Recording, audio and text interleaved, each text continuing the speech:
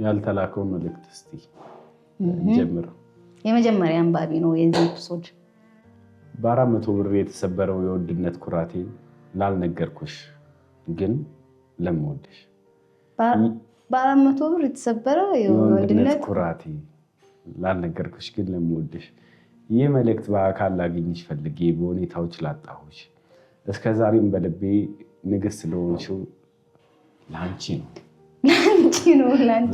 በ400 ብር ልቡ ተሰብሯል። አዩሽ ያንን ለመስማት መጓጓት። ግን ታሪኩ ስለ ወዴት እየሄደ ይመስልሻል? በ400 ብር ልቡ ተሰብሯል። እንትን እኔ የሆነች ሜም አለች እንጂ መኪና እየነዳ አይነቤት ግን ፕሩፍ ማድረግ አልችልም። አውቀዋለሁ። ወዴት አሁን እዚህ ጋር እሱን ተናግሬው ማለት ነው። ካልሆነ በጣም ነው የምበላው። ለዛ ማንበባችንን እንቀጥል። እስከዛሬ በልቤ ንግስት ለሆንሽው ላንቺ ነው ይሄኛው መልእክት። በሶሻል ሚዲያ ብቻ ለ3 ዓመታት በድምፅና በጽሁፍ ብቻ ያሳለፍናቸው ጊዜያት ትዝ ይሉሻል? ያኔ ገና በአካል ሳንገናኝ እንኳን ስልክሽን ለማንሳት የሚጓጓው ጉጉት ልክ አልነበረው። የፍቅር ጥያቄም ቢሆን አንቺ ነበርሽ ያቀረብሽልኝ። ግን አላሳፈርኩሽም፣ ወዲያው ተቀበልኩሽ። ሳላቅሽ ሳላይሽ እብደት እኮ ነው። ደግሞ የተገናኘ ነው ኮከባችን ስለኛ የሚሉ ግሩፕ ውስጥ ነበር። ይገርማል። ታስታውሻለሽ? ኮከባችን እሱ ነገር አንተም በፊት በደንብ አንብቤዋለሁ። ግን ታስታውቃለህ፣ እንደምታነብ መጽሐፍ የሚያነብ ሰው ይነካከዋል። ግን አላምንበትም ነው አሁን አላምንበትም። እሱ አሁን አምኗል ኮከባቸው። ያኔ እንግዲህ እዛ ግሩፕ ውስጥ የተገናኘው ታስታውሻለሽ? ለመጀመሪያ ጊዜ ልንገናኝ ተቀጣጥረን ከአዳማ ድረስ መጥቼ አንቺን ግን ሳትመጪ ቀረሽ። ሶሻል ሚዲያ እኮ ሲያገኛት ከሀገር ውጭ ያለ ይመስለኝ ለ3 ዓመት ማለት አይ እንዴ ለመጀመሪያ ጊዜ ልንገናኝ ተቀጣጥረን ከአዳማ ድረስ መጥቼ አንቺ ግን ሳትመጪ ቀረሽ። ከዛ የምትማሪበት ኮሌጅ ድረስ መጥቼ በሌላ ስልክ ስደውልልሽ እኔ መሆኔን ሳታውቂ የት ነሽ ስልሽ ክላስ አልሽኝ። ከዛ እኔ መሆኔን ስነግረሽ ግን አልመጣሁም ያልሽኝ ቀን ትዝ አለሽ? ዋሸሽኝ። ያኔ በጣም ነበር ያዘንኩት። እና ከአዳማ መተል አታዝንም እንዴ?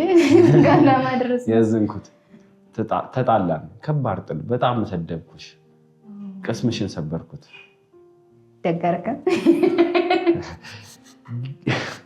ግን ፍቅርሽ አሸንፎኝ ዳግመኛ ታረቀን። አንቺን በጣም ነበር የምትወጂኝ። እንደዛ ተናግሬሽ ይቅር አልሽኝ። ምክንያቱም ለፍቅር ያለን ቦታ ከቂም በላይ ነበር። አንተ ራስህ ብዙ ቃና አይተሃል።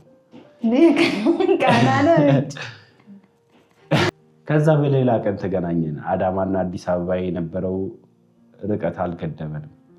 ርቀት አለው እንደ አዳማና አዲስ አበባ እንዴ?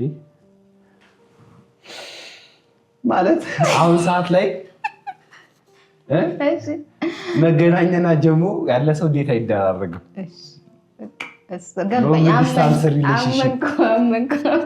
እነሱ 3 ዓመት ርቀት አለው።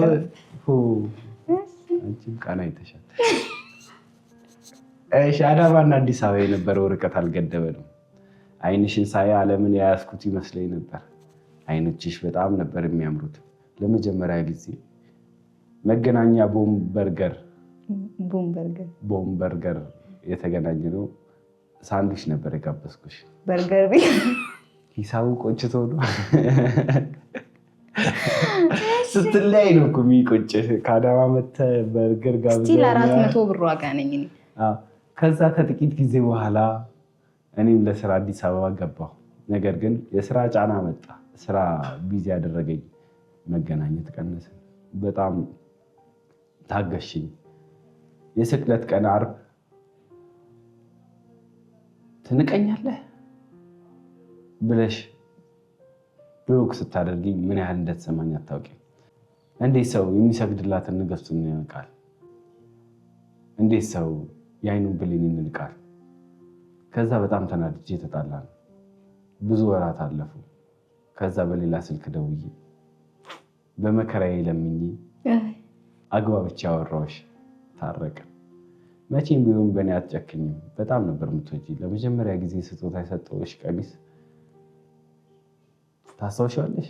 አይ እንጃልኝ ሸጥሽው? ግን የመጨረሻ ቀን የመጨረሻው ቀን የልቤን በር ዘጋ። ደስተኛ ነህ ብለሽ ጠየቅሽኝ። ደስተኛ እንዳልነበርኩ ግን መናገር አፈርኩ። ስራ እንደሌለኝ፣ ኪሴ እንደደቀቀ፣ ጭንቀት እንደወረረኝ ልነግርሽ ወንድነት ያልፈቀደ ብቻ ተስፋ ነበረኝ ስኬታማ እንደመሆን። በዚህ መሀል ነበር 400 ብር አለህ ያልሽኝ። አምላኬ ሆይ 400 ብር ለሌላ ሰው ቀላል ገንዘብ ሊሆን ይችላል። ለእኔ ግን በዛች ቅጽበት የምድር ያህል ከበደኝ። የምሳሳልሽ፣ አገባሻለሁ፣ የቤት የመቤት አደርግሻለሁ እያልኩ ተስፋ የሰጠሁት ፍቅርሽ ዛሬ ለጠየቅሽኝ 400 ብር የለኝም ለማለት አንደበት የተሳሰረ። አትላትም ነበር አንደበት የተሳሰረ አንደበት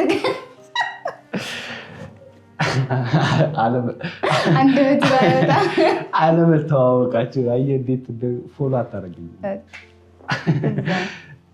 ተሳሰረ። አሁን በጣም ሮማንቲክ ለመሆን እየሞከርኩ ነበረ፣ ግን አንተ አጠፋው። አንደበቴ ተሳሰረ። ሬዲያ አትሆንም አንተ ብለህ ትሆናለህ። አባቴ ያራዳለች።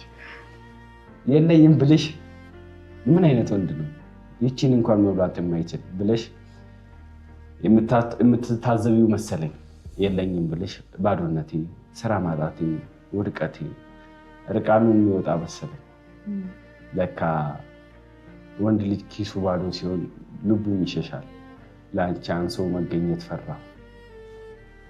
ባዶ ሆኜ አጠገብሽ ከምቆም ሙሉ ሆኜ ከምወድሽ ከአንቺ መራቅን መረጥኩ። ያን ቀን ዝም ያልኩሽ ብሩን ከልክዬሽ ወይም ጨካኝ ሆኜ ወይም ንቄሽ አልነበረም። ብሩን ከልክዬሽ የለም ምንድን ነው የምትከለክለው?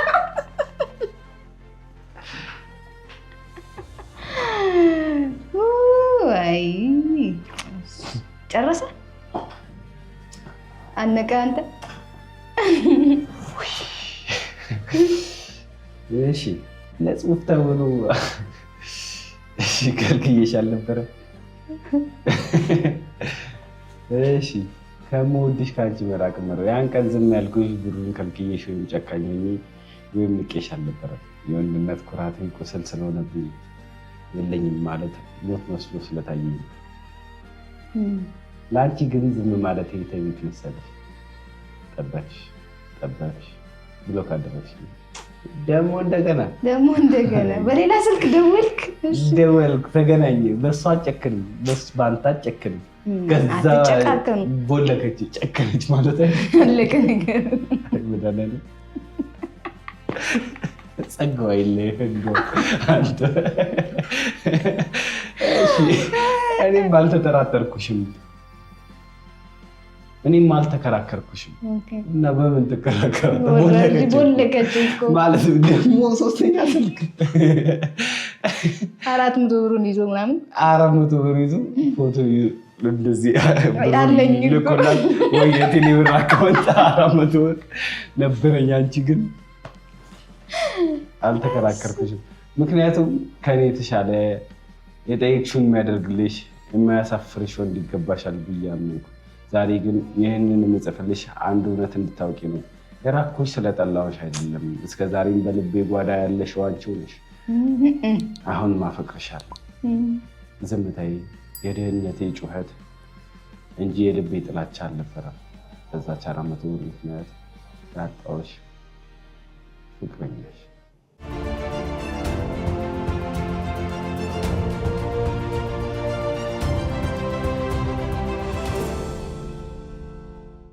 ለልጄ እናት፣ ለዓመታት የትዳር አጋሪ እና ዛሬ የሌላ ሰው ለሆንሽው ለውዷ እህቴ። እህቴ ማለት የምትችል ይመስላል። አፍተሮል እህቴ ፍላሽ አላረኩት። እሺ ይህን መልእክት ስታነቢው ምን ሊሰማሽ እንደሚችል ልገምታለሁ። ምናልባት ስሜን ስታይ ትደነግጫለሽ፣ ወይም ያ የድሮ ቁስልሽ ያገረሽብሽ ይሆናል። ግን እለምንሻለሁ ለደቂቃዎች ስሜትሽን ቆለፍ አድርገሽ የሞተው የድሮ ባልሽን ሳይሆን በጸጸት የቆሰለውን የአሁኑ ወንድምሽን ስሚኝ። አንዳንዴ ትህትናና እውነታን ለዩ።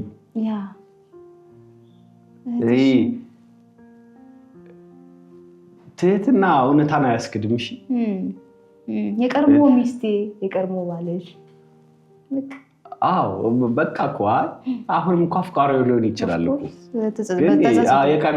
በቃ ሊሆን እኮ ይችላል። ግን ምን ወንድምሽ አሁን አንተ ብትሰጠኝ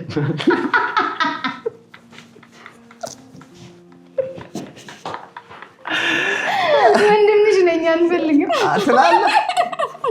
በጸጸት እውነት አንተ ተጸጽቻለሁ ብለህ አትጸጸትም በዚህ ቃላት አንተ? እሺ ለለቀን ቀጥል። ዛሬ ይህንን የምጽፍልሽ ልረብሽሽ አይደለም። ሰምቻለሁ ጥሩ ትዳር እንደያሽ፣ ቤትሽ እንደሞላ፣ ፈጣሪ እንደካሰሽ ሰምቻለሁ። እንኳን ደስ አለሽ። የሰይጣን ጆሮ ይደፈን። ትዳርሽን ለመበጥበጥ ህይወትሽን ለማወክ አይደለም የጻፍኩት። ላለፉት እብደቴ ንስሐ ልገባ ነው እንጂ። ለምንድን ነው ትቷት ማይገባው ታዲያ? ማለት ለምን ያነሳዋል? አንዳንድ ጊዜ ያው ቁስል ቀስቃሽ እኮ አለ አይደል? ያው እንግዲህ ፕሮግራሙን አዘጋጀሽለት እንዴት አይጻፍ ጻፍና ላክልኝ ብለሽ ማስታወቂያ ሰራሽ። ከዚህ ሁሉ ነገር በኋላ እንደዚህ ለምንድን ነው የሚጽፈው? ቁስል ቀስቃሽ ምናምን አይጻፋል። ግን እንደዚህ ማለት እንደዚህ ትዳራን እሱም እኮ ይላል ትዳርሽን ለመበጥበጥ ፈልጌ አይደለም ይላል። አክቹአሊ ግን ጨርሶት ንስሐ ሊገባ ነው። ትዝ ይልሻል ያኔ ገና እንደወለድሽ ሴትነትሽ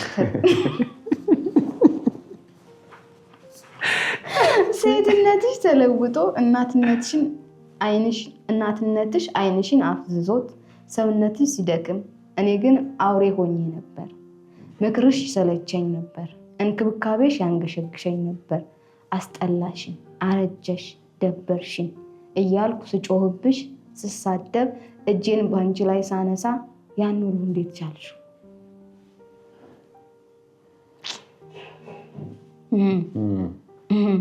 ያው የብዙ ሰው ታሪክ ነው። ቤተሰብ ጠርተሽ የነፍስ አባት ይዘሽ አረባሌን መልሱልኝ ብለሽ ስትለምኝ፣ እኔ ግን ከሌላ ሴት ጋር በስሜት ጦፌ ማግጥ ነበር። ጭራሽ ይሄ ብቻ አይደለም።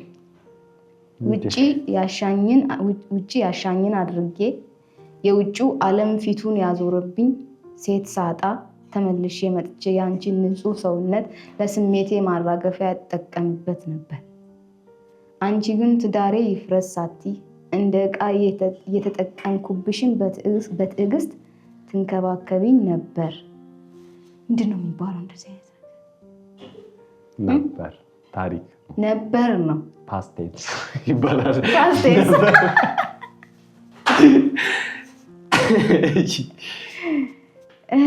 እሺ ምን አይነት ጨካኝ ነበርኩ? ምን አይነት እውር ነበርኩ? በመጨረሻ ፈታውሽ። ታድላ። ከእንግዲህ ነፃ ነኝ፣ ዓለሙ የኔ ነው ብዬ ወጣሁ። ግን ዓለሙ የውሸት ነበር። እሱ በመፋታቱም ደስተኛ እሱ ነው የነበረው። ኢማጂን። ግን ዓለሙ የውሸት ነበር። አንቺን የተካ ሴት አጣሁ። ያንቺን ትዕግስት የሚያክል፣ ያንቺን እውነት የሚናገር፣ ያንቺን ፍቅር የሚሰጥ እንዳንቺ ሴት በዚህ ምድር ላይ የለም። ያኔ የሰለቸኝ ምክርሽ ዛሬ ናፈቀኝ። ያኔ ያስጠላኝ እንክብካቤሽ ዛሬ በህልሜ የሚመጣ ቅንጦት ሆነብኝ። የባለው ጓደኛ ይሁን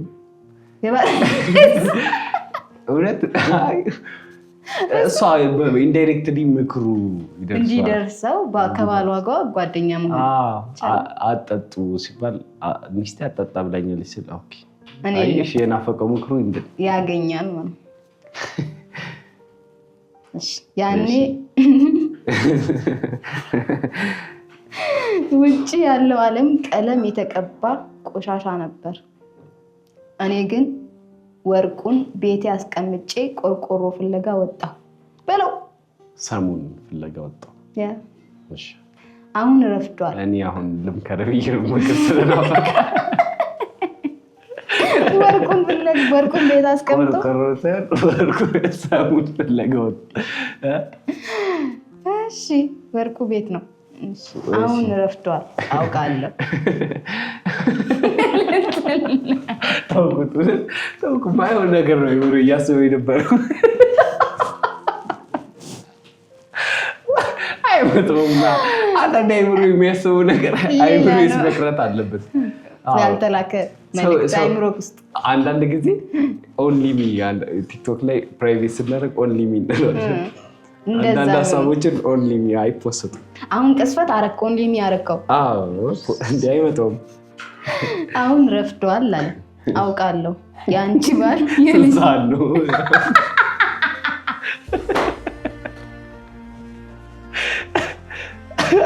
እኔታ ወይኔ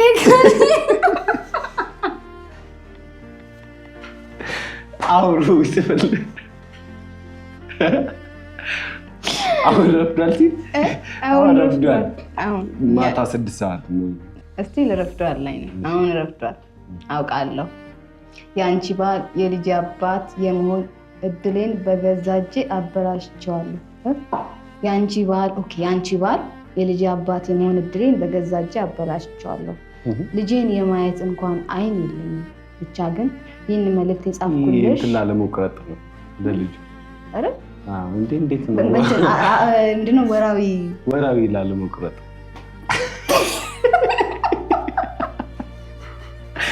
እንዴ በገዛ እጄ አገኘኋት። ዘሆል ፖይንቷን ጸጽ አይደለም እንደው ተጸጽቻለሁ ማለት ተጸጽቻለሁ። እሺ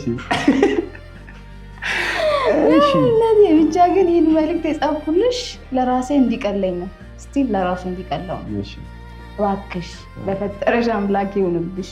በደሌን፣ ክፋቴን፣ ግፍና በደሌን ይቅር በይ። ልመለስ አልልም። ስቲል አለው ልመለስ አልልም። ቦታ የለኝም እና አንቺ ጋር ትዳርሽን አላፍርሰው። ክብር ይገባሻልና ብቻ ግን የልብሽን ትርፍ የሆድሽን ቂም ሻሪልኝ። አንቺ ይቅር ካልሽኝ ምናልባት እኔም ራሴን ይቅር የሚልበት አቅም አገኝ ይሆናል። በኑሮሽ ሁሉ የፈጣሪ ሰላም አይለይሽ። ባዶ የቀረው ጸጸት የበላው የድሮ ባልሽ።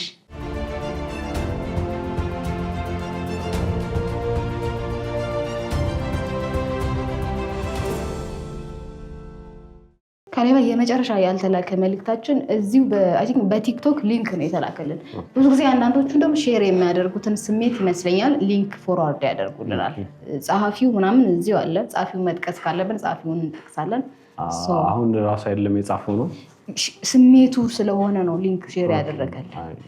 ስለዚህ ያንን መጨረሻዋን ላንተ ኮስተር ብለን እንሰጣለን ማለት ነው። ኮስተር ብዬ ነበር። የምወደው ደራሲ ነው ደግሞ ጌታ ናይስ። ሰሞኑን አድኖም በጣም የዚህ ጄኔሬሽን እጅግ በጣም ብዙ ጎበዝ ጸሐፊ ነው። 2 መጽሐፎች አሉት። አልፈልግም ስትለኝ እንባዬ እንዳይመጣ ታግዬ ፈገግ አልኩ። ለእንባዬ ፊት መስጠት አልፈለኩም። የሄደን ሰው እንባ አይመልሰውም ብዬ ነው መሰለኝ። ግን ከፋኝ። ተደግፌባት ነበር። አደጋገፌ በጥርጣሬ አልነበረም። ከኔ እሷን አምናት ነበር። እንዳልጎዳት ስጣጣር ነበር። እንዳላሳዝናት ሁኔታዬ ሁሌ አየው ነበር። አልፈለገም ስትለኝ ጭር አለብኝ። በግርግር ውስጥ ጭርታ ስሜት እንዴት ይወለዳል? ጭርታው አስፈራኝ። ጭርታው ድብርት ወለደ። ስታብራራ መልስን መስጠት አልፈለኩም። እንዲህ ስለው እንዲህ ላል ብላ ምላሽ ተሸክማ እንደመጣች ገብቶኛል። ምላሽ ካጠና ሰው ጋር ውይይት ትርፍ የለም። ማን ለምን ብሎ ከማን ጋር ይሆናል? ይህ ስቃይ ሳላጉረመርም የሚሸከመው ነው። ግን ይህ ሁሉ ሲሰማኝ ፈገግ ብዬ ነበር። እሷም አልፈልግም ስለው ፈገግ ብሎ ነበር ትል ይሆናል። አዳይ ነው የምትሆነው።